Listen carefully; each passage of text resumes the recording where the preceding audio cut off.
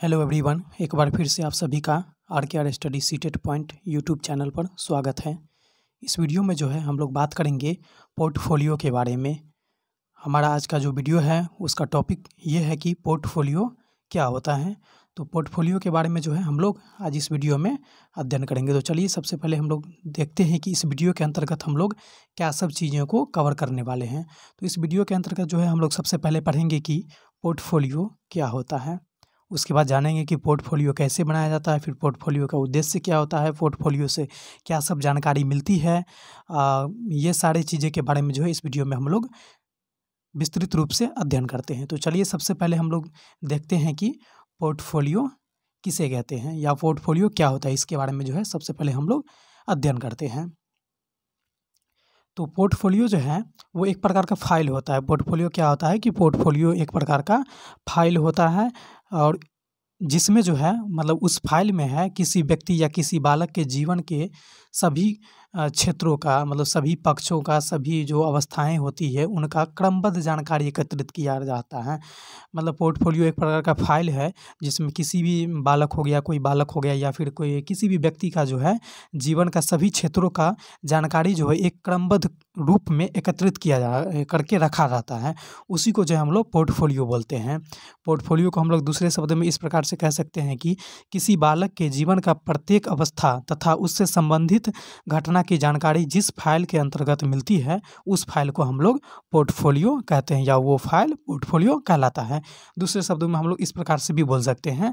तो एक बार फिर से इन चीज़ों को समझते हैं कि पोर्टफोलियो जो होता है वो फाइल होता है जिसमें क्या है कि किसी व्यक्ति बालक के जीवन के संपूर्ण क्षेत्रों का जो है मतलब संपूर्ण क्षेत्र है, जो भी अवस्थाएं हैं उनके बारे में जो है क्रमबद्ध जानकारी मिलती है। क्रमबद्ध करने का मतलब हुआ कि जैसे कोई बालक बहुत छोटा रहता है, जैसे जैसे उसके वृद्धि होती है, जैसे जैसे उसकी उम्र बढ़ती है, तो इस ये पोर्टफोलियो जो है वो एक क्रम के अनुसार उसमें जो सब कुछ उसका उसमें जो भी कुछ बताया गया रहता है वो सब कुछ एक क्रम के द्वारा बताया गया रहता है। जैसे कि कोई भी बालक बच्चा रहता है, जैसे जन्म लिया, जन्म से लेकर के फिर शैशवावस्था में गया, फिर इस तरह से जो भी अवस्थाएं बढ़ती रहती है। ऐसा नहीं है कि हाँ जन्म लिया उसका फिर किशोरावस्था के बारे में बता दिया गया, फिर शैशवावस्था में वापस चला गया, तो ऐसा नहीं होता है।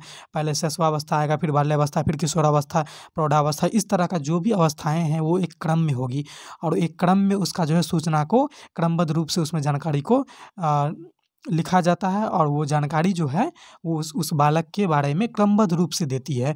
तो पोर्टफोलियो में क्या होता है कि यहाँ से एक नंबर का आप ये भी प्रश्न बन सकता है कि पोर्टफोलियो में जो जानकारी रहती है वो क्रमबद्ध होती है, क्रमबद्ध नहीं होती है, इस तरह का कुछ भी क्वेश्चन आ सकता है। तो यहाँ पे जो है पोर्टफोलियो में जो भी जानकारी होगी वो सारे के सारे जानकारी कैसी होगी, तो वो सारे के सारे जानकारी जो है क्रमबद्ध रूप से होंगे।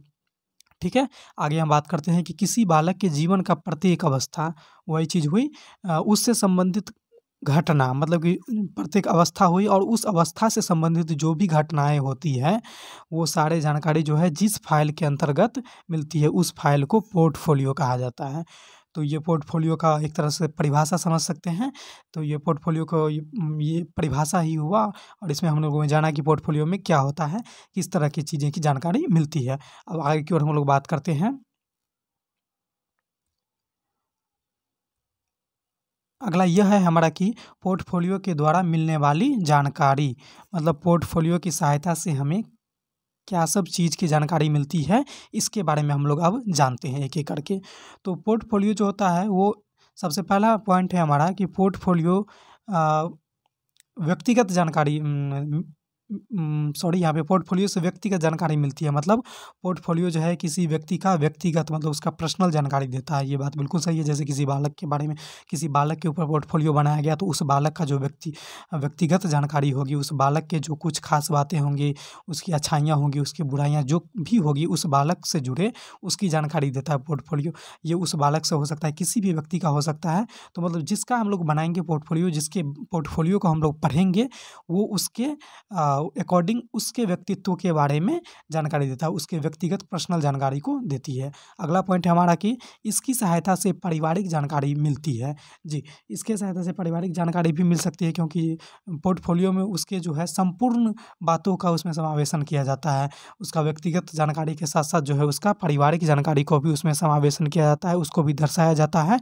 तो पोर्टफोलियो की सहायता से जो है बालक के या किसी व्यक्ति की पारिवारिक जानकारी भी मिल सकती है। अगला पॉइंट है हमारा तीसरा नंबर कि पोर्टफोलियो से शैक्षणिक जानकारी मिलती है।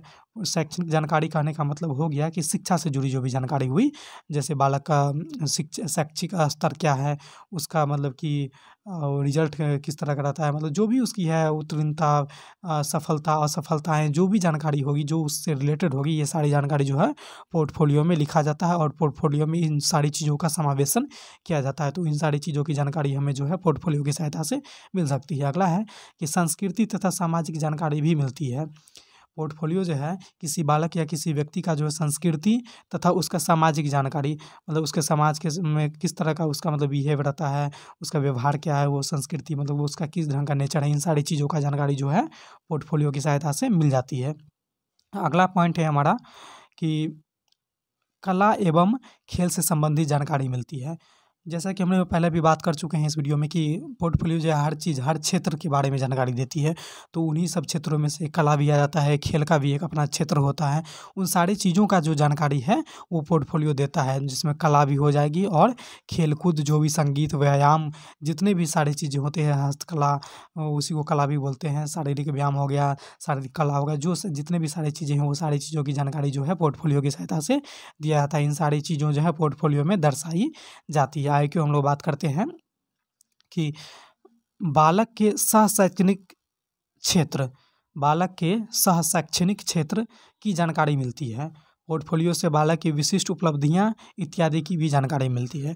विशिष्ट उपलब्धियाँ कहने का मतलब यहाँ पहले हम समझते हैं शैक्षणिक क्षेत्र के बारे में समझते हैं। पहले शैक्षणिक क्षेत्र को देखते हैं, फिर समझेंगे विशिष्ट उपलब्धियाँ के बारे में। तो शैक्षणिक क्षेत्र जो है, ये शैक्षणिक क्षेत्र कहने का मतलब हुआ कि उसके शिक्षण से जुड़े जो भी क्षेत्र हुआ, जैसे कि उसके शिक्षण से जुड़े जो भी पक्ष हुए, जैसे कि स्कूल में जो भी क्रियाकलापें होती है, वो सारे के सारे पक्ष जो हैं शैक्षणिक क्षेत्र के अंतर्गत आते हैं।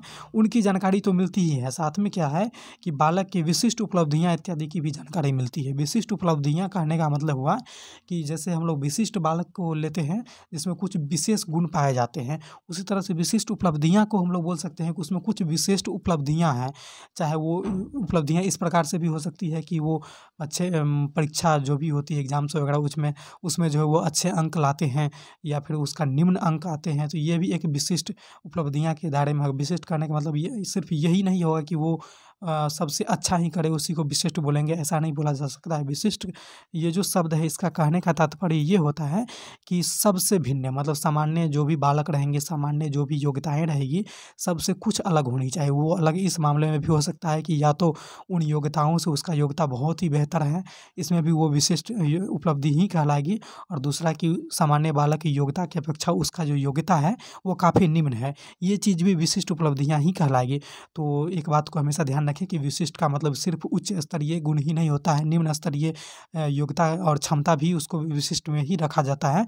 तो ये जो पोर्टफोलियो, पर इसको इरेज कर लेते हैं 1 मिनट। ये जो पोर्टफोलियो है हमारा, ये बालक के साथ शैक्षणिक क्षेत्र के साथ-साथ जो है विशिष्ट उपलब्धियाँ के इत्यादि की भी जानकारी देती है। जैसे कोई महान व्यक्ति के बारे में अगर उसका पोर्टफोलियो पढ़ा जाए या उस पे कोई पोर्टफोलियो लिखा जाए, बनाया जाए, तो उसमें उनके अपने जीवन अवधि में उन्होंने जिन-जिन मुकामों को पाया है, जिन-जिन कठिनाइयों को उन्होंने सामना किया है, चाहे बहुत सारे ऐसे उपलब्धियाँ भी पाए होंगे, उन सारी चीज़ों का समावेशन किया जाता है। ठीक उसी प्रकार से बालक की भी जब बनाई जाती है पोर्टफोलियो, तो उसमें उसका विशिष्ट उपलब्धियाँ जो भी होती हैं, उन सारी चीज़ों की जानकारी उसमें, उन सारी चीज़ों को दर्शाया जाता है। आगे की ओर चलते हैं हम लोग। अगला पॉइंट हमारा ये है, अगला बोल सकते हैं ये पॉइंट कि पोर्टफोलियो बनाने का उद्देश्य क्या है। कोई भी चीज़ हम लोग जो बनाते हैं उसका कुछ ना कुछ तो उद्देश्य होता है। उसी तरह से पोर्टफोलियो जो है, पोर्टफोलियो हम लोग क्यों बनाते हैं, इसका क्या उद्देश्य है, इसके बनाने के क्या लाभ हैं, क्या कारण है जो हम लोग पोर्टफोलियो पर इतना फोकस कर रहे हैं, पोर्टफोलियो को बनाते हैं।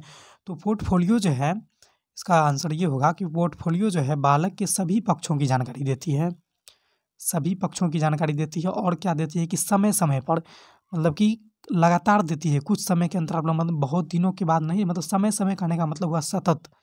सतत का मतलब हुआ तुरंत जानकारी देती है। और किस चीज़ की, तो सभी पक्षों की जानकारी देती है। जिससे क्या होता है कि बालक का मूल्यांकन करना सरल हो जाता है।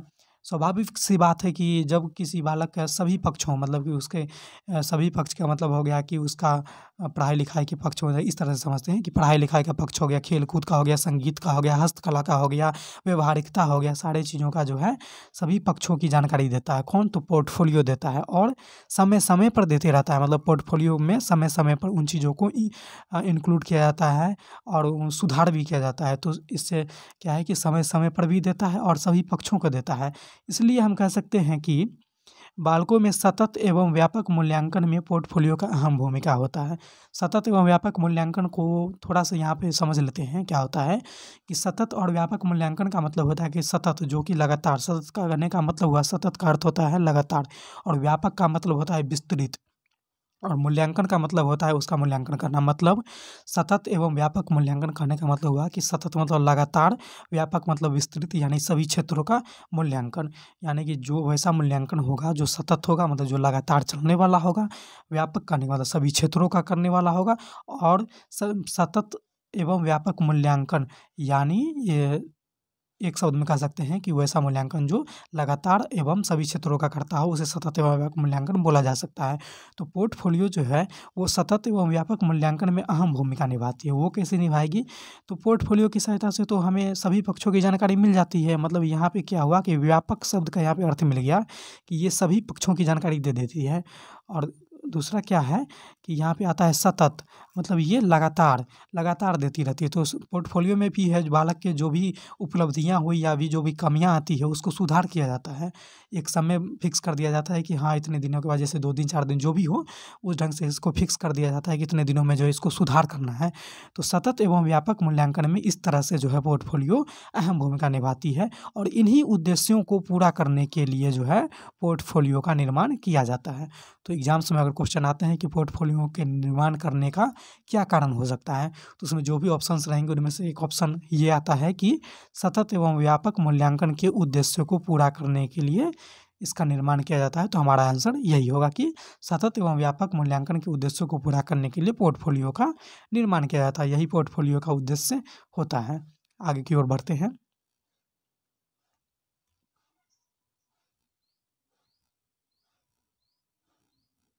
देखिए, ये एक बहुत ही यहाँ पर इम्पोर्टेंट पॉइंट निकल के आई है कि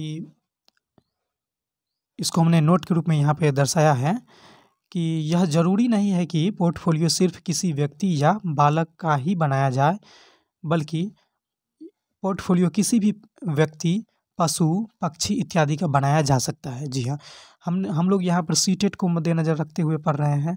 सीटेट हुआ या फिर जो भी टेट एग्ज़ाम्स हुए, टीचर एलिजिबिलिटी टेस्ट है, उनको देखते हुए हम लोग पोर्टफोलियो को पढ़ रहे हैं। मतलब उनमें क्या होगा कि उनमें अगर उन एग्ज़ाम्सों में अगर क्वेश्चंस आती है तो वो बालक से ही रिलेटेड रहेगा, क्योंकि टेट एग्ज़ाम में बालक से ही प्रश्न आएँगे पोर्टफोलियो का। तो यहाँ पे इन चीज़ों को मैं क्लियर कर देना चाहता हूँ कि पोर्टफोलियो जो है वो ज़रूरी नहीं होता है कि सिर्फ बालक या किसी व्यक्ति का पर ही बनाया जाए। वह किसी भी व्यक्ति पर बनाया जा सकता है, पशु, पक्षी, किसी भी चीज़ पर बनाया जा सकता है। जैसे कि कोई छोटा-सा जानवर रहेगा, उसके जीवन का अवलोकन किया जा सकता है। जैसे कोई भी एक जानवर है, उसको बच्चे से लेकर के उसको जब तक वो सयाना होता है, उन सारी चीज़ों को एक क्रमबद्ध जानकारी को अवलोकन करके और एक फ़ाइल बना लिया जाता है कि हाँ, वो इतने दिन में उसकी लंबाई इतनी थी, बच्चे में इस तरह का वो हरकत करता था, थोड़ा-सा बड़ा हुआ तो इस ढंग से उसमें लंबाई में वृद्धि हुई, ये खाना में वृद्धि हुआ, पहले इतना खाता था, अब थोड़ा-सा खाना, उसके आहार में वृद्धि हुई, बढ़ोतरी हुई, उसके कैसे-कैसे आवाज़ धीरे-धीरे बदलने लगे, फिर सयाना हुआ तो उसके क्या बिहेवियर रहते हैं, उसके व्यवहार में किस तरह से परिवर्तन आया। हमने एक जानवर के बारे में अभी बात कर रहे हैं, तो उन चीज़ों को भी हम लोग बना के जो है जो भी फ़ाइल बनाएँगे, वो फ़ाइल भी जो है पोर्टफोलियो ही कहलाएगी। तो इससे स्पष्ट होता है कि पोर्टफोलियो सिर्फ बालक या व्यक्ति का ही नहीं बनाया जा सकता, पोर्टफोलियो किसी भी चीज़ का बनाया जा सकता है, पशु-पक्षी का भी बनाया जा सकता है। कोई भी चीज़ होगा, पशु-पक्षी में भी जो भी जानवर आते हैं, उन सारी चीज़ों को पोर्टफोलियो बनाया जाता है। तो इन बातों का आप हमेशा ध्यान रखें कि पोर्टफोलियो जो है केवल और केवल बालक या मनुष्य पर ही नहीं बनाया जा सकता, पोर्टफोलियो किसी भी जीव-जंतु पर बनाया जा सकता है। आगे की ओर चलते हैं हम लोग। तो आज का हमारा टॉपिक जो है वो यहीं पे ख़त्म होता है। हमारा जो ये टॉपिक था पोर्टफोलियो, ये यहीं पे ख़त्म होता है। इसमें आज के हमारे वीडियो में जो है हम लोगों ने पोर्टफोलियो को अच्छे से समझा। उम्मीद करता हूँ कि आप लोगों ने इसको अच्छे से बेहतर ढंग से समझे होंगे। अगर नहीं समझ में आई होगी तो आप हमें कमेंट के माध्यम से ज़रूर बताएँ, अपना फीडबैक ज़रूर दें। मैं उन चीज़ों को फिर से समझाने की कोशिश करूँगा। और एक चीज़ और कि अगर आप नोट्स पढ़ना चाहते हैं, तो गूगल पे आप पढ़ सकते हैं। इन चीज़ों के बारे में नोट्स वहाँ पे उपलब्ध हैं। rkrstudy.net टाइप करना है आपको गूगल पे, और जो वेबसाइट आएगी उस पे आप पढ़ सकते हैं। ये जो वेबसाइट है सीटेट प्रिपरेशन का है, यहाँ पे जो भी नोट्स आएँगी वो सारे के सारे नोट्स हिंदी में रहेंगे। तो आप वहाँ से सीटेट का प्रिपरेशन कर सकते हैं, अच्छे ढंग से कर सकते हैं। आई होप कि आपको ये वीडियो पसंद आई होगी, और इसी तरह की अन्य वीडियो को देखते रहने के लिए आप जो है हमारे साथ जुड़े रहिए। और फिर लेके आएँगे एक इंटरेस्टिंग वीडियो। तब तक के लिए आप हमारे ये यूट्यूब चैनल को पढ़ते रहिए, वेबसाइट को पढ़ते रहिए, वहाँ पे जो भी नोट्स मिल रहे हैं उन सारी चीज़ों को पढ़ते रहिए। फिर मिलते हैं अगले वीडियो में, तब तक के लिए बाय।